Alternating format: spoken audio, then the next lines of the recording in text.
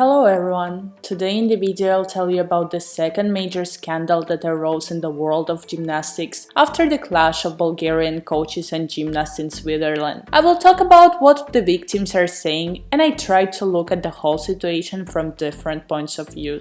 If you still don't know what happened in Switzerland and what caused such a big world noise, then you can watch my previous videos where I talked about this whole situation. And before starting, do not forget to make the red button gray.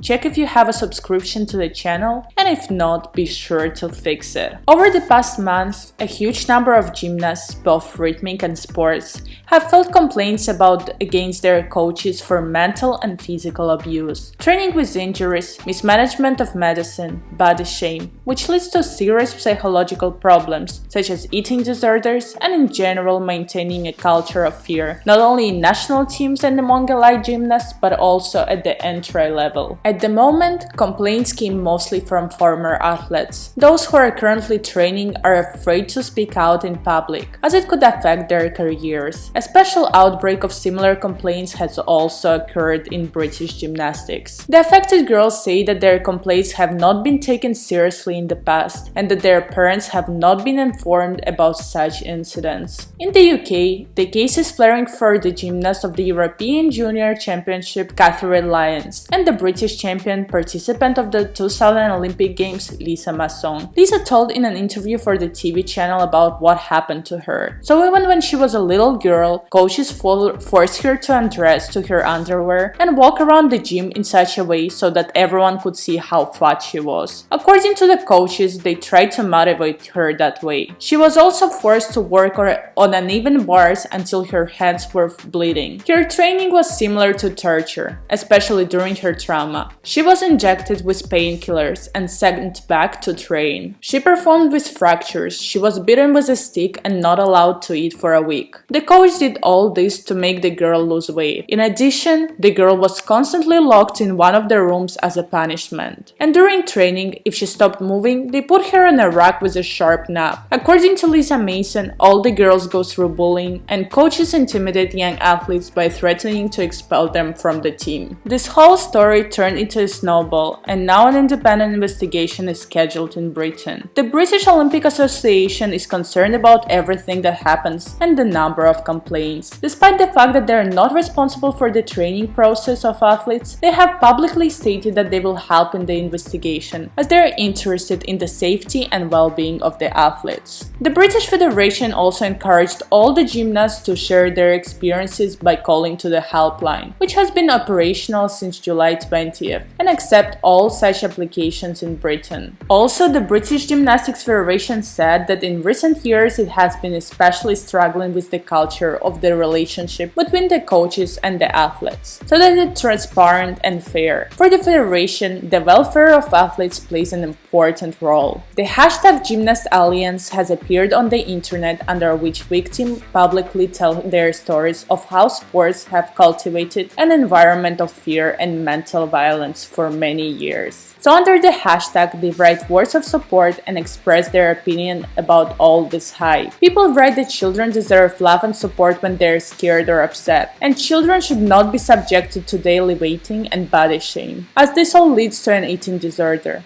problems with body image, which will then haunt children forever. One of the gymnasts wrote under the hashtag that it took her 14 years after retiring from the sports to realize that she was being abused on a daily basis. She was depressed and thought about suicide in the last years of training, but did not tell anyone because she thought it was weakness.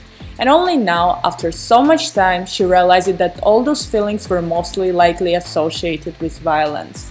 Soul traumas brought her recently to the hospital, which proves that traumas from childhood haunt people all their lives. Gymnastics teaches hard work, resilience and determination for many girls. So experts say that it's possible to achieve such qualities safely without harming the health and well-being of athletes. An athlete should have a place where they are not afraid to report any wrongdoing for fear that it will somehow affect their career or life. The Federation of Britain also stated that no amount of achievement is worth the physical and mental health of children. Allied sports and sports of great achievement require hundreds of hours of training, commitment and sacrifice. And that's okay, but violent practices are not okay.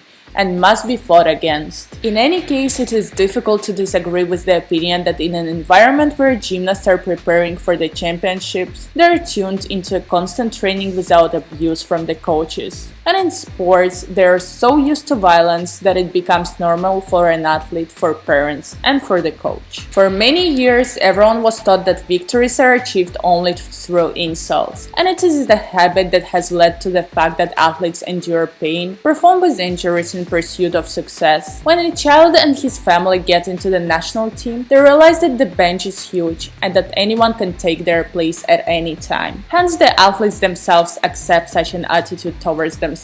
That's why there are so many complaints about the incorrect behavior of the coaches. The most interesting thing is that even if athletes appear to talk about their problems and conflicts with coaches, most often this is all perceived as a lie and is ignored, with the words that an athlete simply feels sorry for herself and is lazy. Many gymnasts say that they have chronic injuries from which they cannot get rid all their lives. Two gymnasts shared their stories with weight, that the daily talk and reproaches about being overweight now and after sports bother them every day. Through these stories, it is clear that the effects of abuse long after athletes stops competing. Such treatment of children leads to dire consequences in life. For example, recently a Korean triathlete committed suicide as a result of years of violence to which she was subjected while preparing for international tournaments. The Olympic Games participant Rachel Smith, the rhythmic gymnast, calls on her social networks to also share her story of all British